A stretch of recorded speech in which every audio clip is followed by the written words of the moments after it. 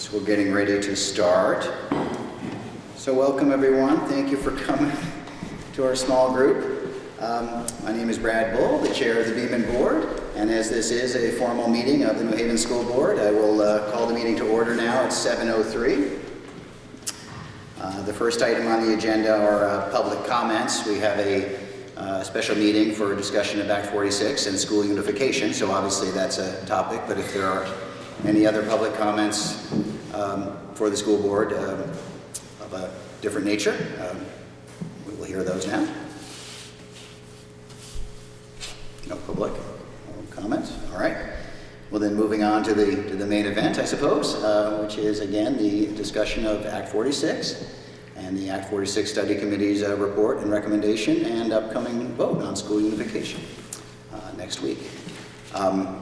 Just kind of a few comments. I was driving in and I remembered, or I thought that, unification is not necessarily a new topic for Vermont. I think it was goes back a long way. They've been talking about unification back to maybe, I think it's 1892, when the state took 2,500 small schoolhouses and small districts and unified them or combined them into 300 individual districts, the town system that for the most part we still have today. Supervisory unions and union high schools followed over the years. In more modern context, it was 2010, I guess, when Act 153 was passed, a major merger and unification effort, creating the REDs, or the possibility of regional educational districts, merger of 4 or more districts into an RED. They had tax incentives and study grants and for implementation and whatnot, and if that sounds familiar, it is, because that framework was incorporated into Act 46 for the most part. So Act 156, I think, followed Act 153, and that created a couple different flavors, a side-by-side, I believe, and what is it, a MUD, a collection of elementary schools forming a unified district. And then finally, of course, last year, 2015, Act 46, the granddaddy, and certainly it is about unification to some degree, but that's only part of it. The Act 46 addresses the sustainability of governance, the consolidation of governance. It addresses the equity and opportunities for Vermont kids, especially from small to large schools. So the fact that's particularly germane to New Haven here. Accountability, transparency, that goes to the non-publicly voted supervisory union budget that would disappear in a unified district.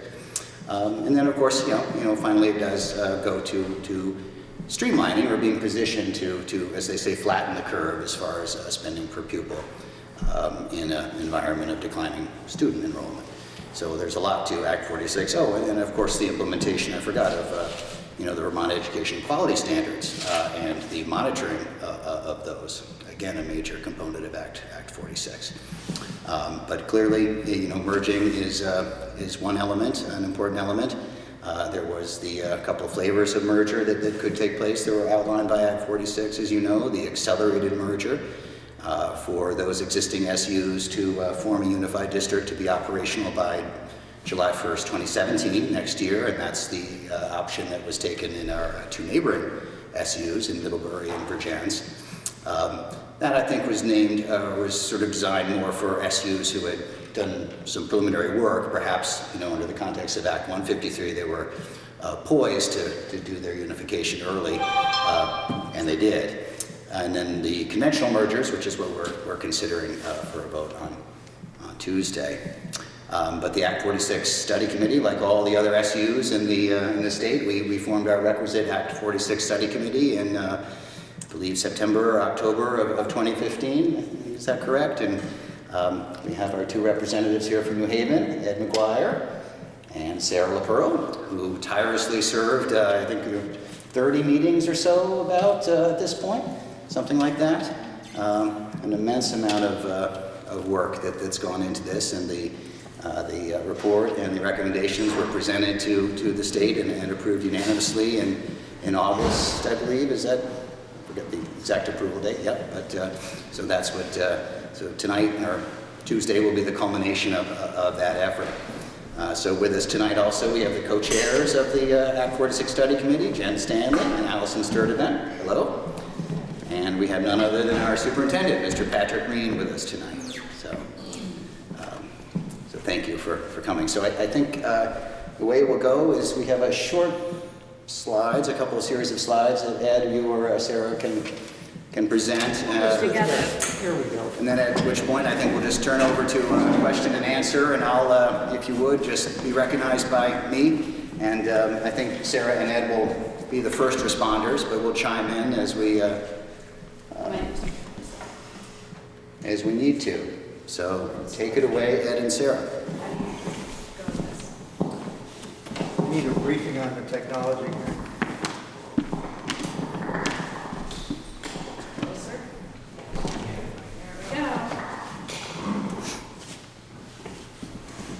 Excuse me here, folks. Okay. We'll go to the next one.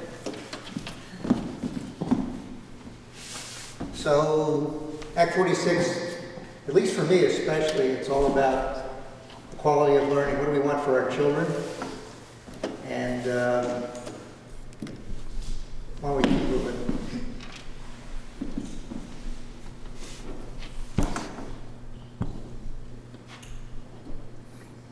Yeah, the ends policy. Policy governance, that's come under fire quite a bit lately, but really Act 46 is less about that than just giving ourselves an opportunity to consider unifying from, and we've got more slides to show there, streamlining our organization so we can deal with the issues that are facing us more efficiently.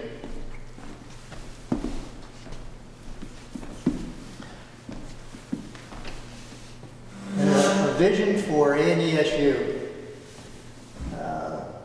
More of a focus on teaching and learning, and actually that arrives out of giving the leaders of our supervisory union more time to focus on that instead of spending so much time preparing for following up on board meetings. Consistency in decision making across our schools, that's the key to being more equitable across all of our 5 towns. Common experience, some of these things are already beginning to happen. There's a focus that's beginning to happen in the 5th, 6th grade around common proficiencies, and time to focus on improving community engagement.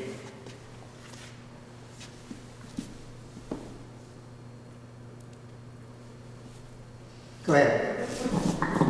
That all 5 towns kids, we start thinking of it as one instead of just as each town individually, and pulling together all the strengths and highlighting those, bringing them out. We all end up at the same place, so we could really focus on, especially as we come together and what happens after we come together, and that there's a much better groundwork done that's more equitable in the early grades. And I can give personal experience. I taught 7th and 8th grade at Mount A for 20 years, and it was clear. Kids coming from different schools had different experiences. I was a math teacher, and the variety of math experiences in the elementary grades in our 5 towns varied widely. That shouldn't be. They should all come equally skilled, equally prepared for 7th grade.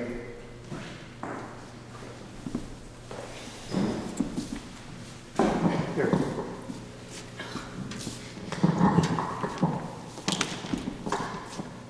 So I randomly went to a board meeting, and they needed somebody to join this Act 46 study committee from New Haven, and I was there, and therefore I went. And I didn't know what I was getting into. I really actually didn't totally understand what it was. And there was a lot of new learning for me as being a member of that group.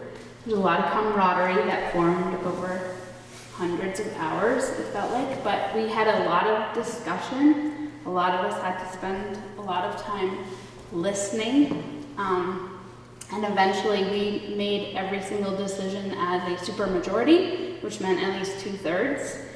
And there were a lot of decisions to make. The first one was what structure we were going to go for. And then after that, it was everything within our articles of agreement, which a lot of those are what we're voting on Tuesday.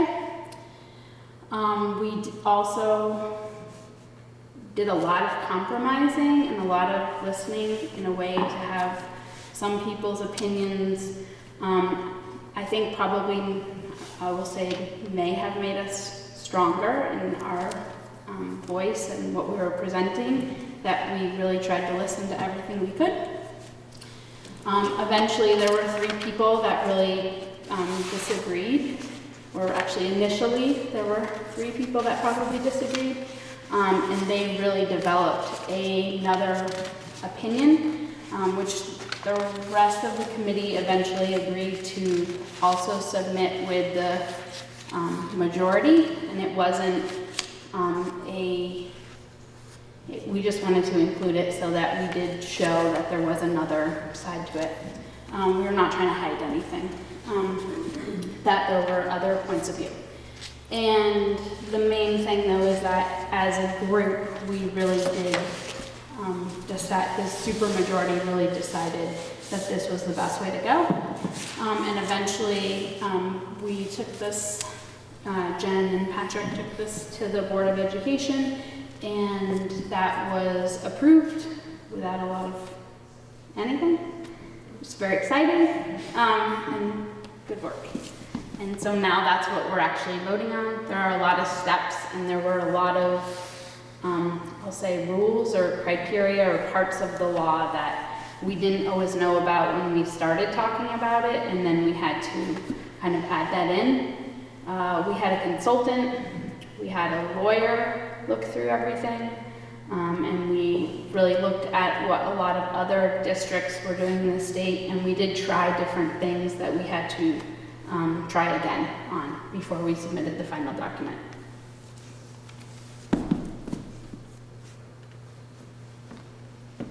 You want to keep going?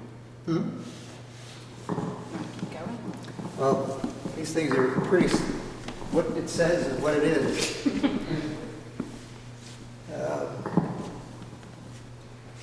Yeah, we got a nice slide that shows how it's one school board instead of 7. This next one, this is key. This is the one that makes us nervous, makes me nervous. All 5 towns have to vote yes. Any one town that votes no sinks the deal for now. The one vote by Australian ballot, 2 of the towns vote from the floor and really didn't want to give that up, but and we are very all of us were very sympathetic. In fact, I tried to convert New Haven back to voting from the floor, but the general feeling in the community, especially here, I know it here in New Haven, is that people prefer voting by Australian ballot. More than that, the absentee ballot has grown to what now? 30–40% of the vote is by absentee ballot. So anyhow, we had to have one way or the other. We couldn't have a mix, and we opted for Australian ballot for everybody. All the debt and all the property becomes under one roof, under the auspices of the new one board. And so we share in Lincoln's debt. They're the only town that has a debt at the moment of any significance. There's more, but Lincoln. We don't. Yeah, we don't have it.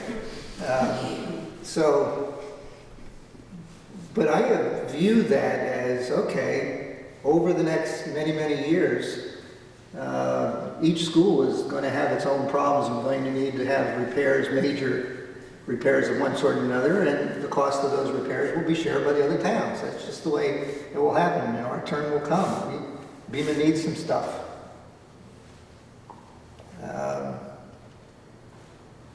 However, we do have agreements like the use of this building and the land that's on it, that we had to incorporate those kinds of things into the way it's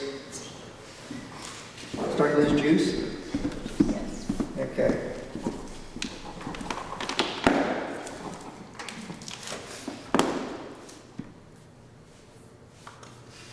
Thank you.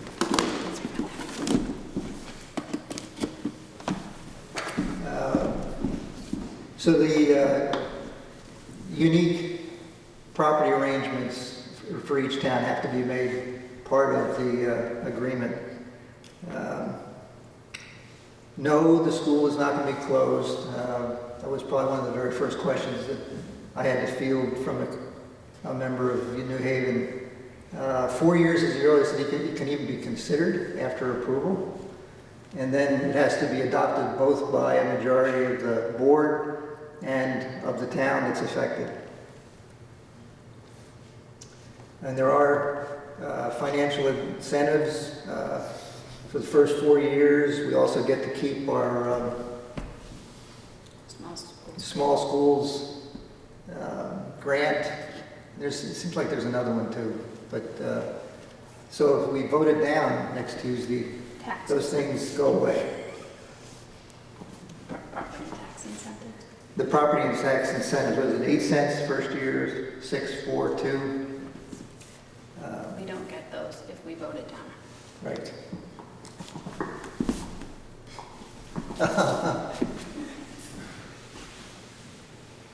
Yep, that's the way things are now.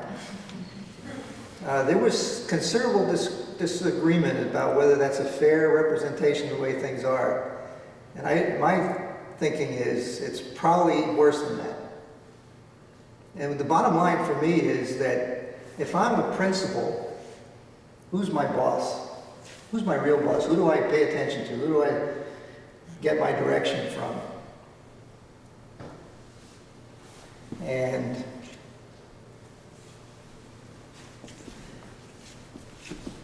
well, I think this diagram says it all.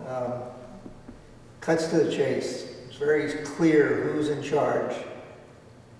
And there was a lot of discussion about local control.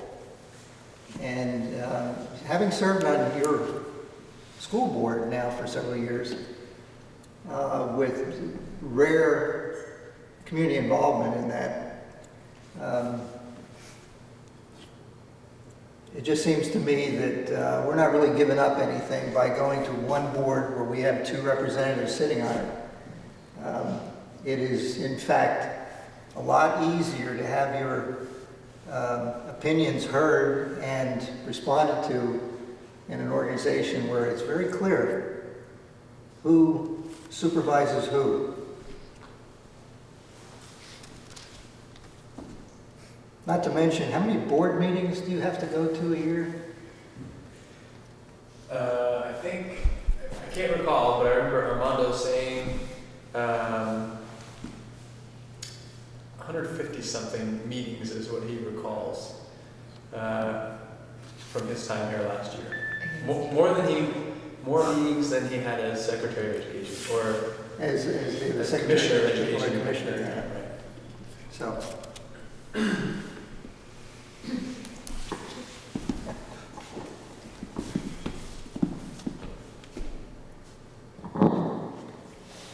We are stronger together. And I really believe that.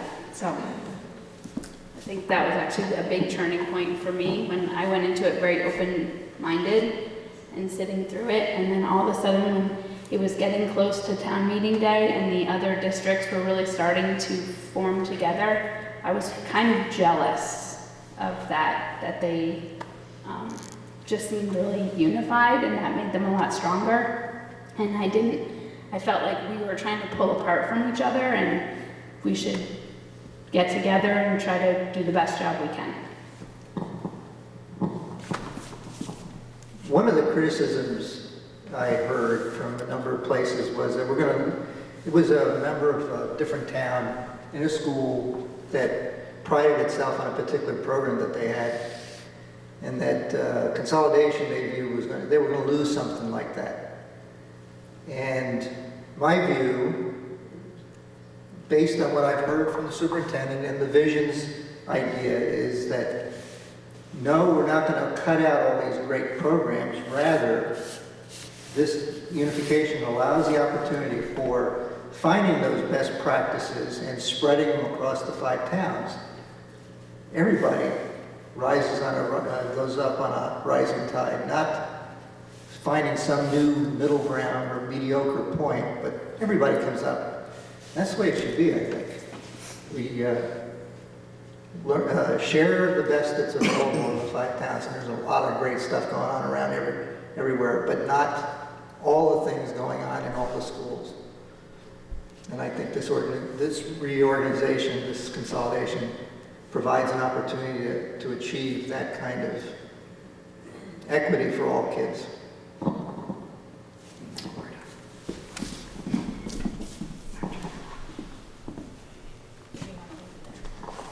Should I just close this? Yeah, thank you, Ed. Thank you, Sarah. So, bring that back over here. He wants it back.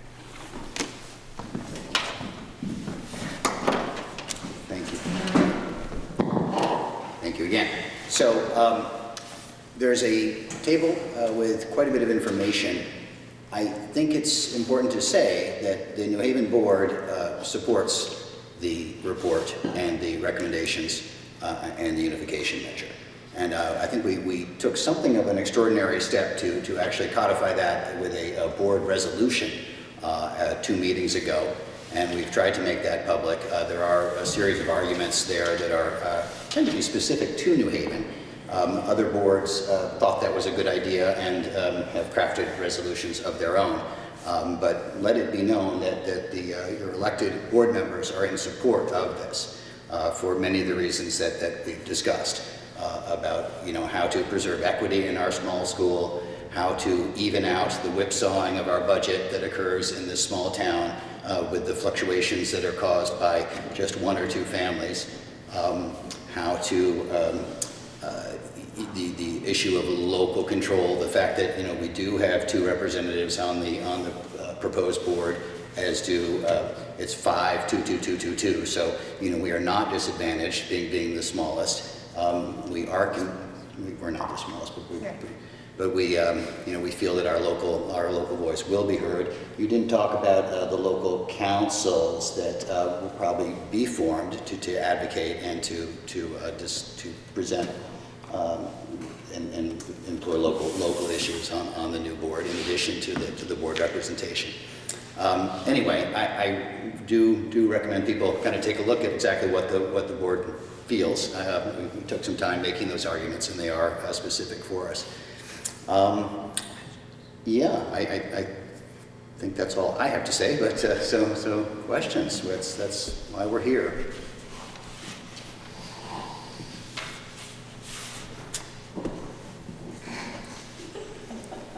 Yes, sir. I have a question on the cost of the pupil. When I read this brochure, it said that each school would have the same cost per pupil. So I felt that implied one budget and one total count of all students. And I'd like to answer that for me. That would be but now any one school has issues over what they can spend and what they cannot afford. And now you're saying that all schools will decide what each school can afford and cannot afford. And setting the budget. Right. Do you guys want to be first respond or something? But you are correct. So this is much as the Mount Abraham Union High School is now under a single budget that is voted in aggregate by the union members of in this case, the 5 towns. Think of it as a big Mount Abraham, so as a big district voted the same way. So yes, it would be a single budget, and the allocation would be by ADM flowing down with a single tax rate adjusted by individual CLAs in each town. But is your question more, how do we determine affordability? How does... Well, Mount Airy is one building, so that's rather easy for 5 towns to concentrate on that. But each school, I'm sure, is going to have individual expectations and desires.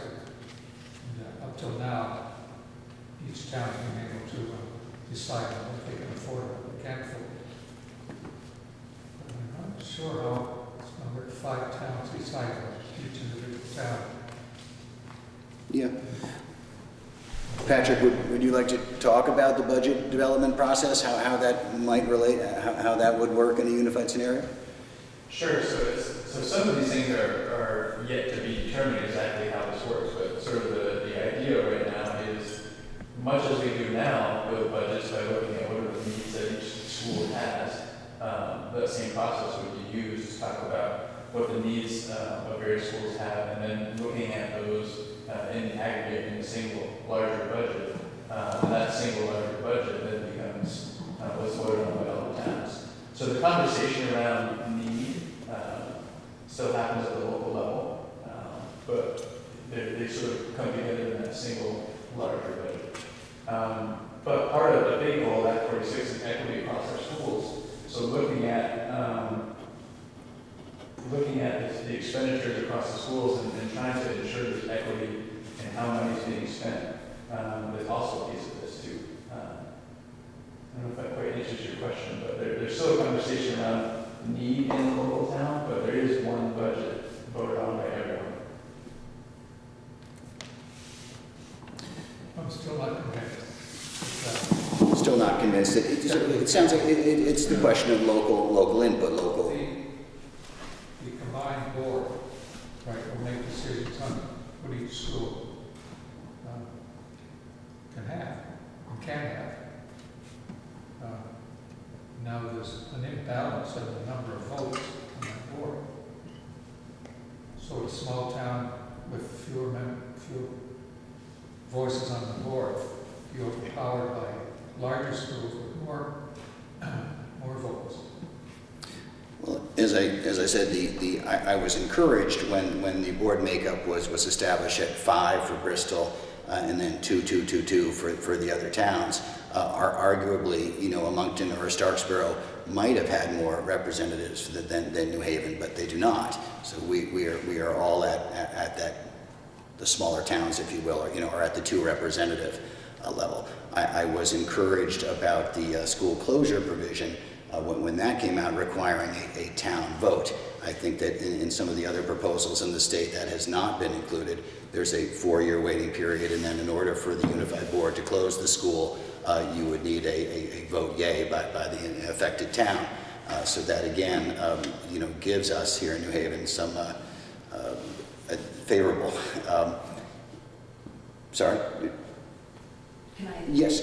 Yeah. So the way the budgets get built now, essentially, is principals determine what their schools need. What do they need for teachers? What do they need for programs? I'm assuming this is on the board, so this is how it appears to me. The principals decide, with consultation with the superintendent, about what their budget is going to be. And that's not going to change. And in fact, I think principals are going to become even stronger leaders in their schools and determining what the school needs and how best to implement that, while also having more conversations with the other principals about the schools. So it's not like we're going to get together and just surreptitiously decide Lincoln gets $1 million less, Bristol gets $1 million more, and New Haven and Starksboro are going to split $500,000. That's not how it's going to happen. And the school budgets that schools have now individually I see those staying essentially the same. There isn't going to be a whole lot of change, what each school has for a budget. New Haven is like 1.4 million. There'll be a little bit of an increase, but it's not going to be where there's going to be a drastic reduction or increase. And by having all of our schools unified, there's going to be an easier way to determine what each school needs, and hopefully there will be a more cohesive way of looking at that and making sure that the schools get what they need, and then actually the students can rise up out of that and perform better, and maybe eventually we won't need as many services, or whatever the needs are. So that's how I would look at it. And when you're on this 13-member board, it's one board for all of our towns. And Bristol isn't representing just Bristol. Bristol now has to think about the other schools, the same way Mount Aid does. The Mount Aid board is made up of all 5 towns' people, and they're not thinking about, well, this is what my Moncton kids need at Mount Aid. It's individual buildings, yes, for the schools, but that's not how we would think about it. Unification is about equity and improving the quality of the education of all of our kids. And I see it working, and actually working really well. It's challenging to make budget projections for fiscal year 19 when we're still working on what is fiscal year 18 going to look like. There's so many shifts, so I'm hesitant to go down that road making those projections, but I think part of what we're wrestling with is the shift from a focus of New Haven people on being an elementary school, and shift to New Haven people engaged in conversation around sort of that redefining of our students, from the students that attend Beaman to the students that are within Addison Northeast. And so the responsibility of the board is not to, like, the 2 people that represent New Haven don't have sole responsibility for making sure that Beaman gets what it needs. All 13 people on that board have the responsibility to make sure that all students in all 5 towns get what they need. It's a lot like money, but as you mentioned, across different schools it has a little bit of a different flavor. But functionally, it's the same as Mount Aid. Representation from all towns, looking out for the best interest of all students. And we have to add that we've operated under a supervisory union. You saw the quote, the graph for some time now with that cooperation. Serving on a collective SU board, participating in a union high school. I think the board members have that sense of appreciation for our individual characters and differences, but also a track record, I suppose, of obviously working together all these years. No reason to suspect that won't continue. But one of the things that we're going to decide is when our old building there needs a new heating system and 110 new windows. That's a budget item that we couldn't afford, quite frankly, on our own. So we'll be happy to see that spread. And again, that's one of my main rationales when I think about New Haven specific issues. Aaron. So in the past, there have been some problems with responsiveness when a lot of the budget was centralized, and I was just wondering if there are mechanisms that you guys are putting in place to try to accommodate that for future problems when there isn't necessarily a speedy response or what people feel like is an appropriate response from the central management in terms of allowing principals to do what they want to do with their budget. So I'm still developing my learning about how things have transpired over the last couple of years with some of the things that have been centralized. But one of the things we're doing right now is preparing a survey or some sort of communication with teachers to understand more about what has worked, what hasn't worked. We've already begun the conversation with administrators about all of the things that have been centralized over the last few years: transportation, food service, special education, technology. What am I missing? Food service. Things, right? Yeah. Food. So just engaging folks in dialogue about what has worked, what hasn't worked, so that we can do two things. One, try to make some changes to improve the way things have been done over the last couple of years, but also two, use that to inform any future consolidation. So I don't have the specifics to speak about, but part of what I think you're referencing is communication. And in fact, communication is something that's come up quite a lot. It's been identified as probably the #1 need for the supervisory union. When I think back to the graphic of the organizational structure, it doesn't surprise me that communication is a challenge. And so I see some possible improvements there as well through a more unified governance structure. Ed? I'd like to toss in a different dimension to this, or additional dimension. We have some learning opportunities coming down the road across the state. Act 77 has to do with proficiency-based graduation. It's a direction that the whole state is moving, and it requires some considerable changes in the way things are done. And a simplified, more streamlined, efficient organization will get us there with at less cost, I think, both in energy and money, than the way it is now.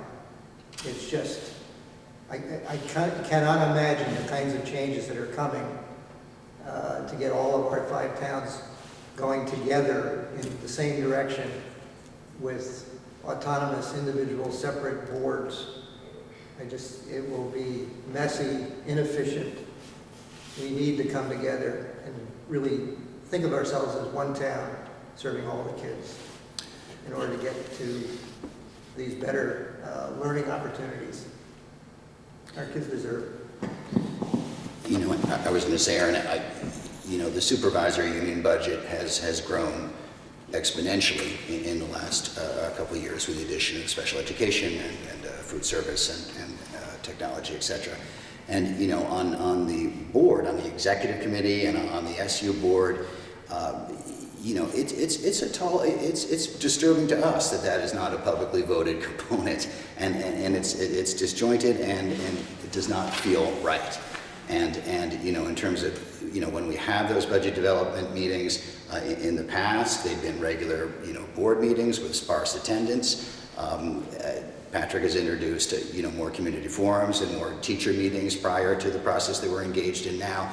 But can it get any worse? I guess is what I'm saying, that we will have a budget development process that are open board meetings that are transparent. And I expect the communication to be enhanced around that. We'll have regular public comments directly engaged in every component of that supervisory union budget in that phase. So to that degree, can we get any more disjointed than we are now? No, I don't think so. Mr. Booten. Ed, you alluded to the town hall and being on different property, and the school is owned by the Beaman trustees and all that kind of stuff. How have you arranged to make that work? It isn't done yet. It's coming.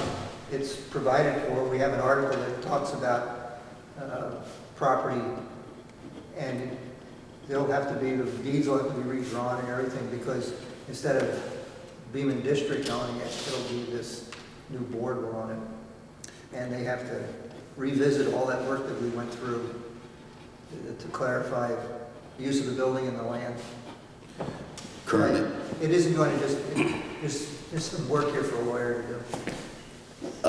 So, Tim, we did have the lawyer look at the deeds, and fortunately, the Beaman building was conveyed by the Beaman Academy trustees to the district. That did occur, and I'm forgetting it occurred surprisingly recently, as in within the last 10 years. Is that right, Barb? Do you happen to? But the Beaman building is deeded to the district, fortunately. So that's good. You know, in terms of the lease here on the town hall, yes, that you know, that would obviously have to be worked out. So I don't have all the answers, but that's the plan. The intent is that the way the building is used would continue.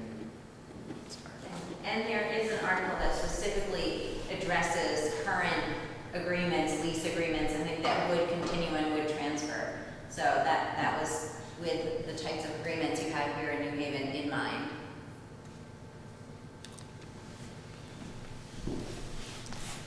Can you talk a little bit about what happens if it doesn't go through and what your sequencing of possibilities might be? Jennifer? Sure, I would be happy to mention that. So I've been the chair, I'm from Moncton. I don't know if you said that earlier, I've been on the board in Moncton. But so officially the study committee was chartered to study this unification and to bring a proposal. I mean, I guess we could have not brought a proposal, but the work of the study committee culminates in having this proposal be voted. So if the proposal is not passed, the study committee as it has existed, it no longer exists, it's disbanded. So it becomes then the responsibility of the local school boards to decide what they'd like to do next.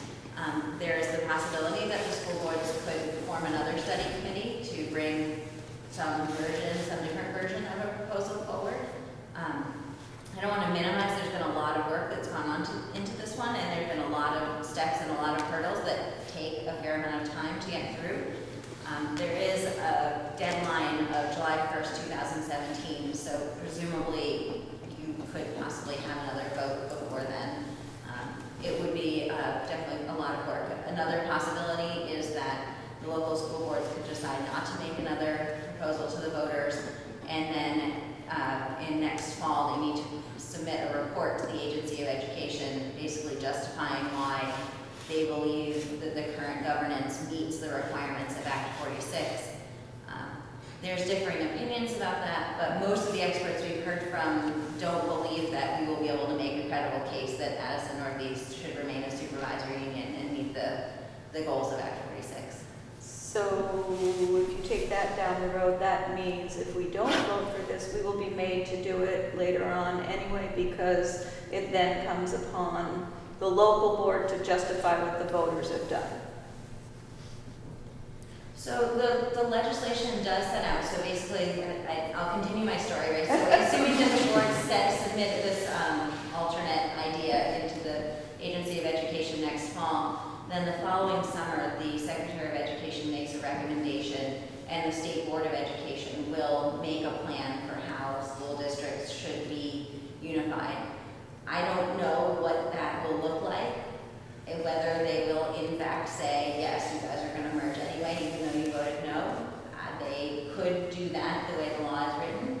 They could do something else. I really don't know, but the way the law exists now, that is the path that would exist.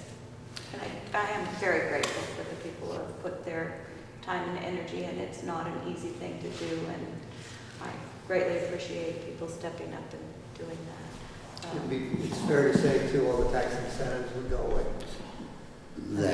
That's right, because the new entity would be in 2019, and we would lose the 864 incentives for the 3 years, as well as the $70,000 that are coming to the small schools grant. And 150,000 transition. And the transition grant. So Incentives given to each individual school from the state, or are you talking about the property tax adjustment component of the tax bill?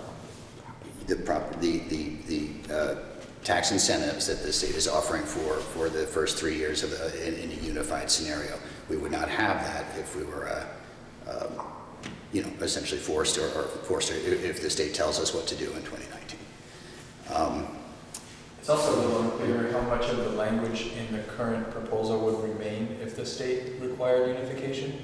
I don't know that they have to keep the language that has been proposed and defeated if they decide that we would have to unify. And there's some language in the Articles of Agreement that are relatively specific to Addison Northeast that don't exist in other places, such as each town having to vote for a school to close. In other places that have unified, the board alone has the authority to close schools. So that was a significant language addition, I think, to the proposal. And there are other examples like that, but that's probably the most significant. That school closure issue was big, and that was, well, as we heard, it was approved. So, and I'm grateful for that, because that's an issue for a number of us here who value a small school. I will say, you know, from the people I've spoken to, you know, we are a supervisory union who is operating a union high school. We don't have the encumbrances of school choice and many of the other complicating matters that other SUs, you know, it's a slam dunk, if you will. That's it, you know, and if we had perhaps been in a different position, we could have gone for an accelerated merger, as did our neighboring SUs, but we were not in that position. But my thought is, I agree. I think it's, I'm not certain, but I think it's very likely that you know, the state would mandate exactly what we're talking about now, except we would lose our tax incentives and some of our others. Talk a little bit about what you think maybe the budget that people get to vote on might look like, meaning, will you have it broken down by school districts? Will it just become a massive amount of salaries for teachers, you know, food services? Do you have any thought about how that might show up for people to have any idea what they're voting on? So on the ballot, it would be a single dollar figure. This is the budget for the school system. And so it's really in the communication and in the community forums with the conversation around what really makes up this budget and what are the implications. And that can look a lot of different ways. I think we would have the information to be able to speak about what are the implications across all of the schools. We'd have to think through what makes the most sense to get the taxpayers the information they need to be able to make an informed decision, but also not necessarily be in a position of comparing schools to schools. I think we just have to be somewhat intentional about how we present it and how we talk it through. But it could very well mean that we're looking at school by school, how does this go, and how does it all come together to make this one big budget. And the central office portion of that is on the table as much as anything else for conversation and would be part of that big vote. And you will have your own town report. In quotes. Will there be... As a district like Mount Right, Aish does single- their own, exactly, so it'll single- still be a separate, so the town will only be the municipal Right. component. Will you get to send out your own tax bills? Good question. Yeah, Barb, I had a question I'm trying about, to figure out what your role... we don't know exactly about the school treasurers, right? Or presumably there would be one elected school treasurer, and do we have? Well, I believe that there would be one treasurer. I know you sent me that question today. I didn't get to track down whether that person would be elected. Are the school treasurers elected now? Our treasurer, who is sitting right here, does the school out of the kindness of her heart. Is that a...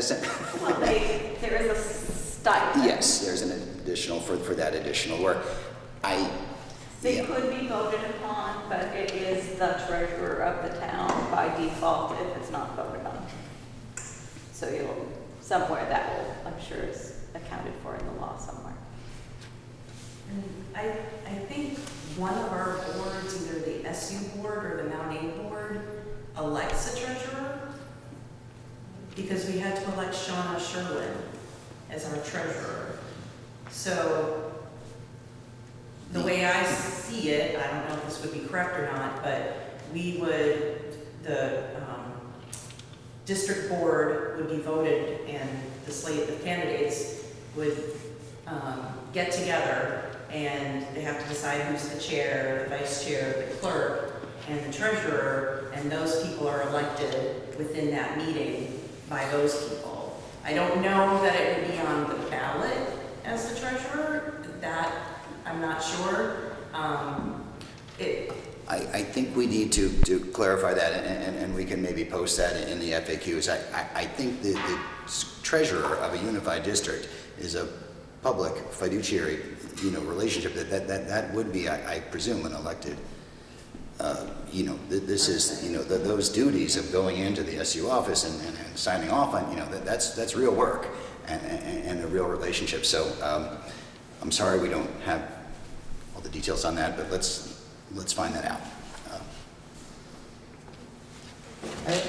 I got 2 points I'd like to make. One was that in our deliberations for last year, we were very careful where to draw the line between what we wanted to get approved now and what would be left for the future board, working with the superintendent and principals to decide. So, for example, we worked really hard about the point about school closures and, well, several things, but there were things that we just chose not to decide because it was like charter schools and things like that. That's down the road. We just voted essentially on a governance model and how to get it started.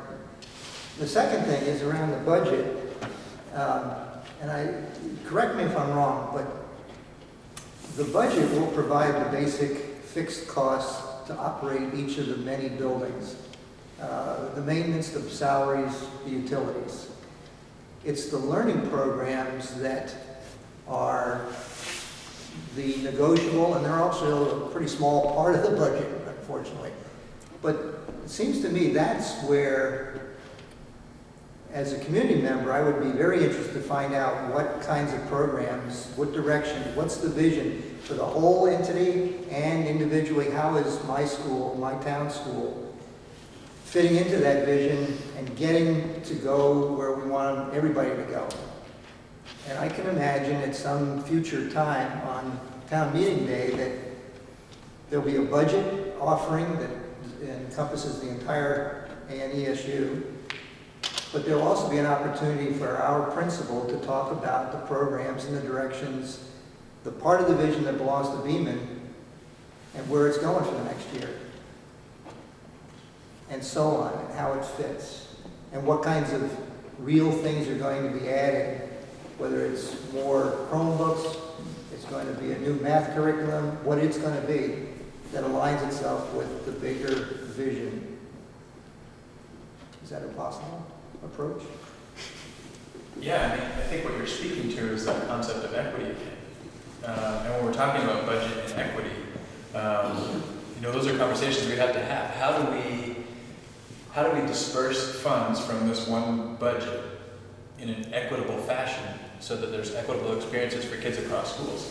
There are lots of different ways that you can do that and different perspectives on what would be equitable. One way could be it's a straight dollar per student, and there's an equity component to that. Well, except if you have a school with a very veteran teaching staff, so the average annual teaching salary for a teacher is higher, applying that method means that there's less funds necessarily available per student for the programming I was just talking about. Well, now maybe that's not so equitable. So maybe there are some things that we have to sort of not include as we're talking about how we disperse funds. So it's complicated to think about exactly what would it look like to do that in an equitable manner, but those are the conversations we'd be having across all the schools. And I think those are the conversations we ought to be having. And I think that Beaman is the smallest school. We know that, and you know there are arguably already, I won't call them disparities, but there are differences. You know, between the programming, the assets, the availability of opportunities from elementary school to elementary school, and that's being felt even now. I dare say that you know we are falling behind in some areas in terms of spending, in terms of Chromebooks per student, or iPads per student, or extracurricular offerings, or you know, dare I say, you know, the sports or a foreign language offering, you know, at elementary school level. All of these things it is envisioned to have our town students have more opportunity, and that's, you know, again, that is my main argument for personally in support of this. You had a question? Yes, sir. I guess the first question, is this going to become a single municipality in the terms of how that's dealt with in statute? authority to raise taxes, pass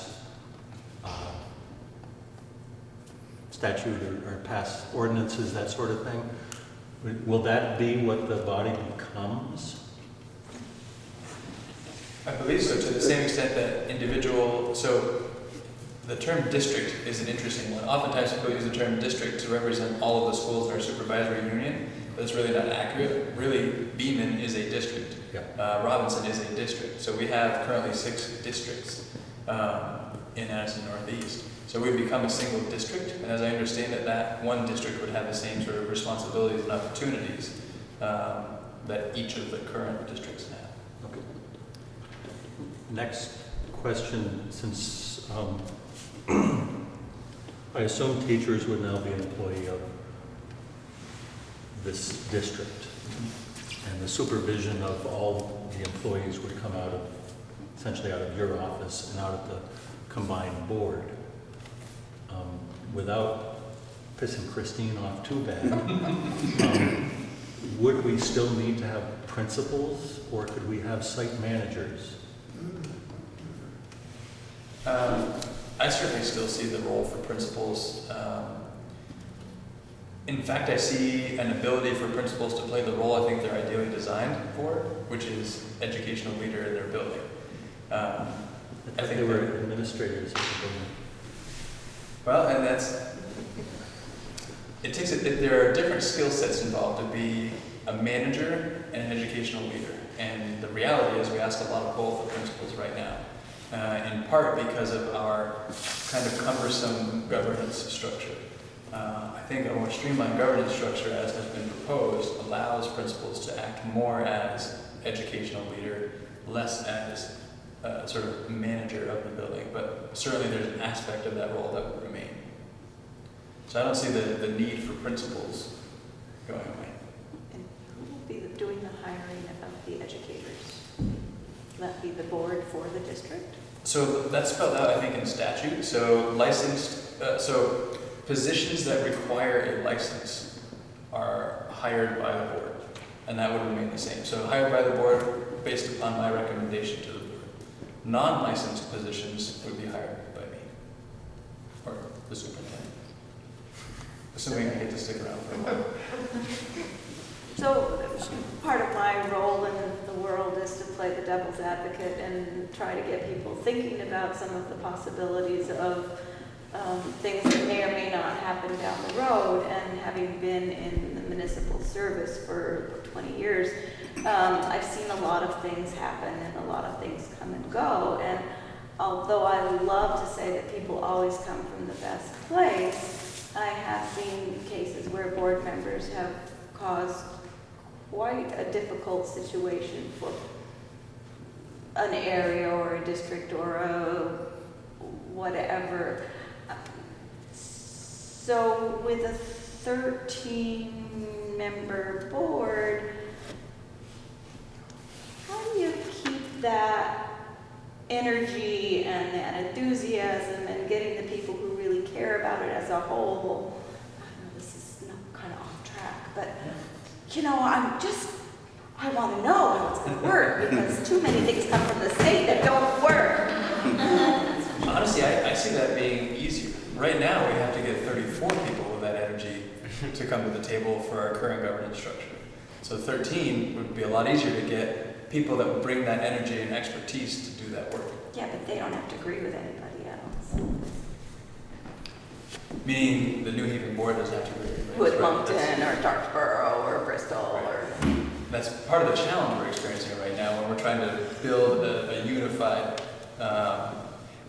with or without Act 46, we need to take steps to become more unified. And I don't mean that just in terms of centralizing things, but really to act as a single unit, which we are more than we aren't, in terms of all of our students going to the same middle high school and really wanting to have that perspective. So part of the challenge is that they don't have to agree with anybody, but we sure hope they do.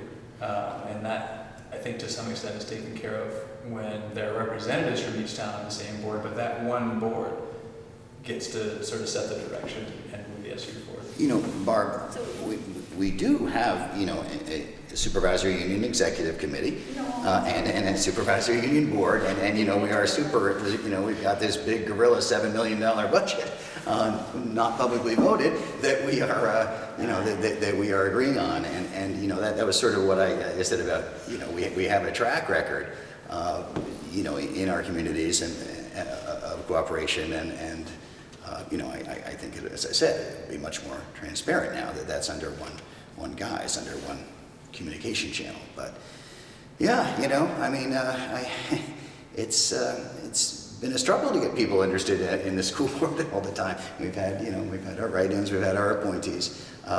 You know, I think to Patrick's point, less, you know, we might attract the, you know, the core motivated civil. Still be policy governance?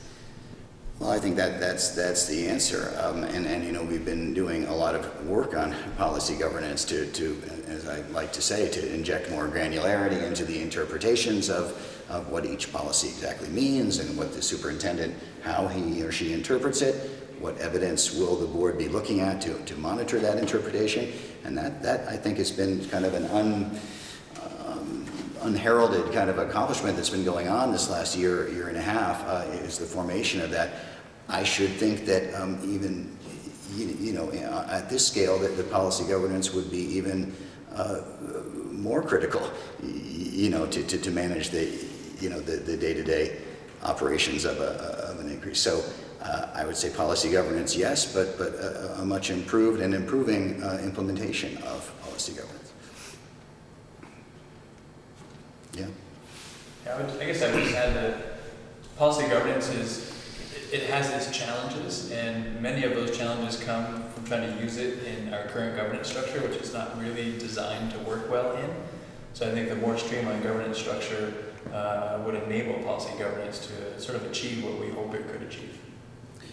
When we look at some of these new policies now, they're going to look different. When you look at the PDF or whatever on the website, you'll see the verbiage, but you'll also see a published, you know, interpretation. It's living, you know, it evolves, but you know, you can see exactly what the interpretation is and what the agreed upon evidence will be, so that when we come to a policy, when we come to a monitoring session, you know, you get a warning, you know that the school board is meeting to monitor a certain policy about the superintendent's success in achieving the policy. We'll know exactly what evidence and what will be used to you know, determine compliance or achievement. So I'm excited that this, I mean, it should have been done some time ago. You know, I think that the implementation has been weak, but we're getting a lot better, and so I'm happy about that. I think that's a big step, and we'll need it in this context.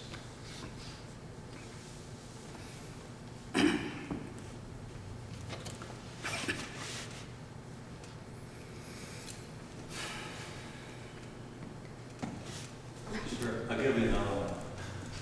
I was the person who spoke up during town meeting last year about Beaman, and I would very much encourage residents of New Haven to be considering what we would like to do with that building when we do close it. It may not be 4 years, but it's going to be difficult to justify, for a school to justify, for a school district, large, to justify a 2-story wooden frame building. So it will close, I would predict, within 10 years. And the town should be thinking right now about what we would like to do with that structure when it no longer is a school and our kids are going to school in Bristol. And you get it back for $1. And we get it back for $1, but one of the problems is I'm worried that we're not going to get back the quality of school we have now for $1, and it will move towards closure. It will move towards closure at the time when a large bill comes up, the replacement of the roof or the heating system. That's when it would be logical for us all to say, no, we want the school to close, because it'll be far cheaper to house our kids in a different location. So that's all. It's a great building. I hate to lose it to neglect, since we won't be managed particularly locally anymore. I guess it's going to be those other board members that aren't going to be so keen to pay for those windows and bring this about. I wish it wasn't true. You know, I personally come from a small town school. I like to think a small school is a community anchor of sorts and an attractive part of New Haven right now, I think. But, you know, I have concerns. You know, the numbers don't lie. The declining, you know, projections don't lie. But you know, I agree. It's something to consider, to think about. I think the town's going to grow Me too. eventually. I think that if you actually join everybody together and you make things stronger, then you're more likely to have people move into this area, which makes the town grow, and schools really do help with that.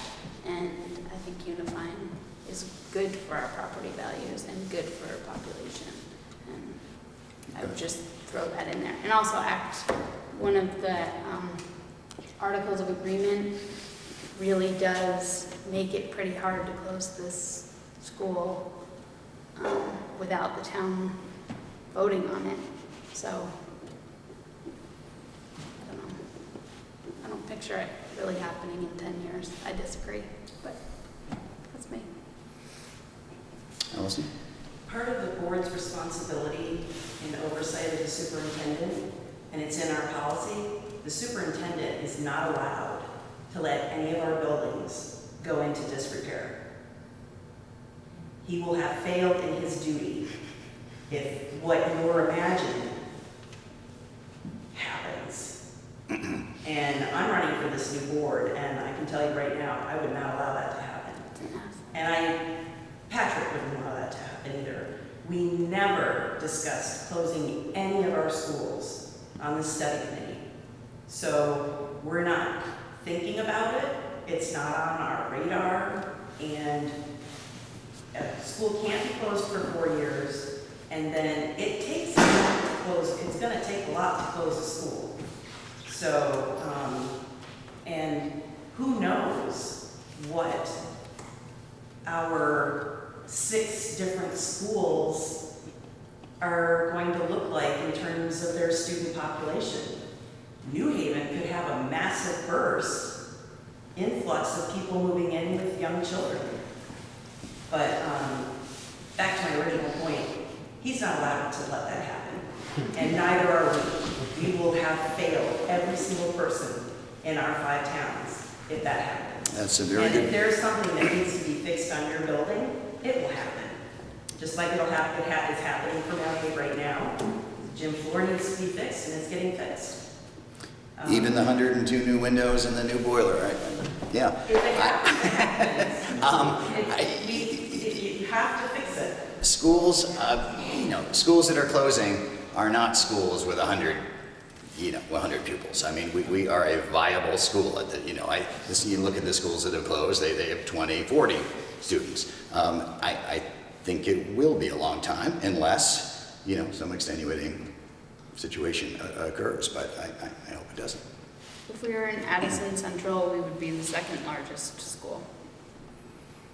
So, Instead, we are. right now? The we're smallest. The smallest, but not by very much compared to Lincoln. We had a little burst. We're still not as big as Lincoln, but and then we.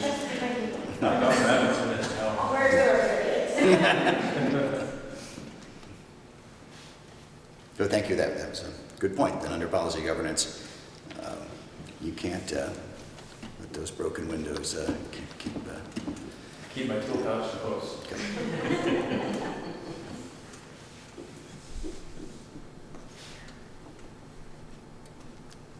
More questions? No? One more? Make another statement, because I'm good at that apparently.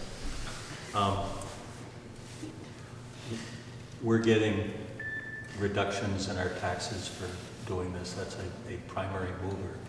I remember several times here in the town of New Haven that people have asked questions at town meeting. Can we get a discount for paying our taxes early? Is that a possibility? Can we do that? And the answer has always been, we would have to raise taxes in order to give some people a reduction. So this is not a freebie we're getting. This is something we're paying for anyways. So this isn't particularly a benefit to get a tax reduction. If anything, the benefit will have to be better, more cohesive education system. We have to look past the money because it's not there. Not much. If it goes down, we wind up really paying for the schools that do consolidate for their benefit. So it's a missed opportunity if we don't stay with them. But for me, it's always been about the equity, the improved opportunities, learning opportunities for the kids. It's not. I do find it unfortunate that we've apparently not been able to find a way within the greater Addison Northeast District to share French teachers or art teachers or whatever, so that we could combine and end up with the same thing that we're looking to end up with now within our current governance structure. I'm very hesitant about the whole idea of losing local control, of course. But without consolidation, it's nearly impossible to do all those things. I don't think so. It's awkward at best. Well, if I remember right, we've done that in New Haven before in terms of sharing phys ed teachers and art teachers with other schools. This is not that difficult to do if one decides that that's what you'd like to do. One who struggled with it for the last 6 years might disagree with you. Probably.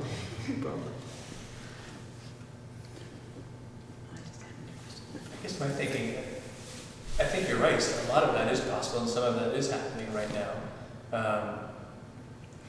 Being a single district facilitates that much more. I think we've had our current governance structure for quite a long time.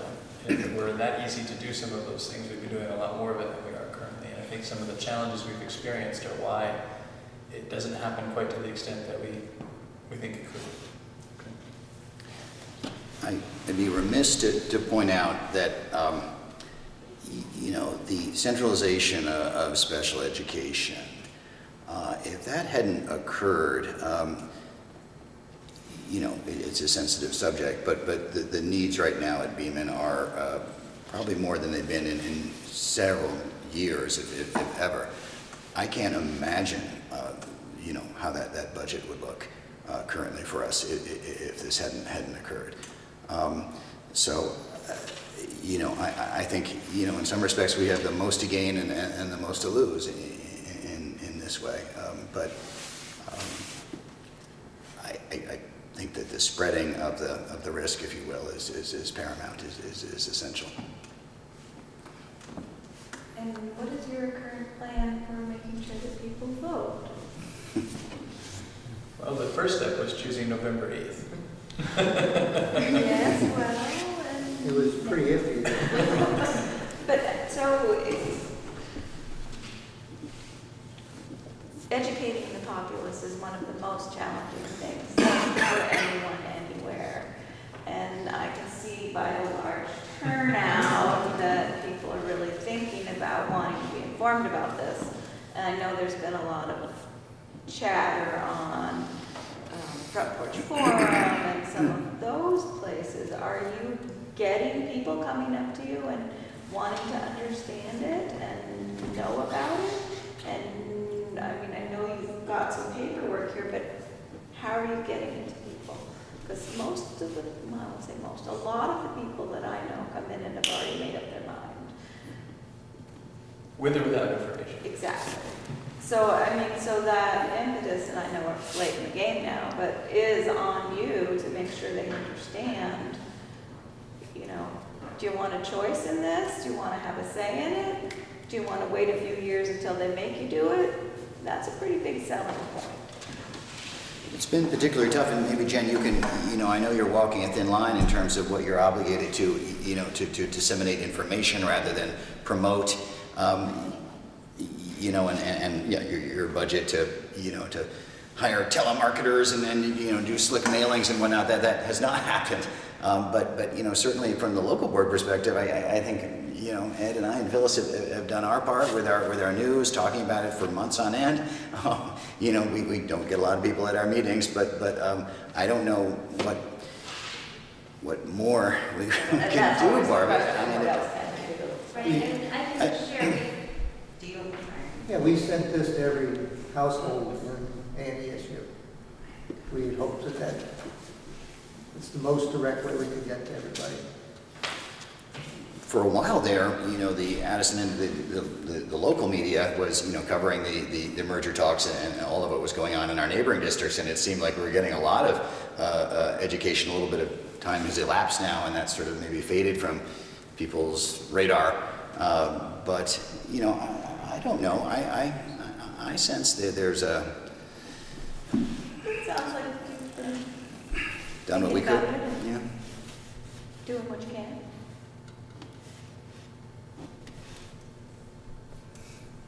And once again, I do thank you for all your work. It was not an easy task.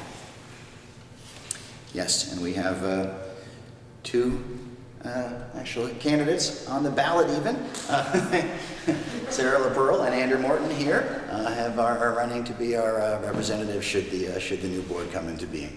And it is a little awkward to be voting on the measure and electing people to it at the same time, but that's the way it works. So good luck.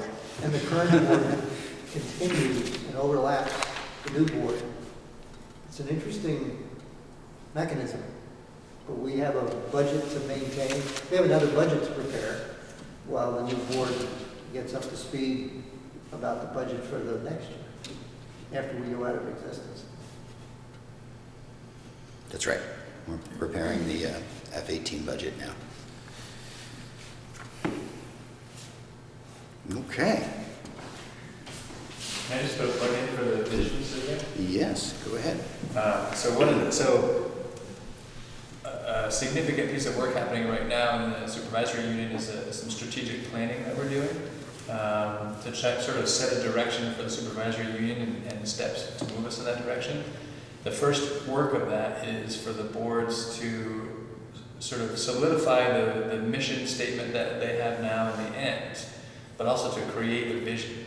So that sort of acts as that North Star for us, so that when we craft a strategic plan, we know we're crafting it to accomplish those things. And so what's really important to the board as they're doing this is that they get input from various constituents, and communities being an important part of that, as well as teachers and students. So there's a survey, I think it's out on Front Porch Forum, it's on the websites, it's on our Facebook page, and I have a hard copy here. So I do encourage folks to fill out that vision survey and have your voice heard as they're crafting that work. Thank you. Jen? Yes. Is there a question that came up before about the treasurer?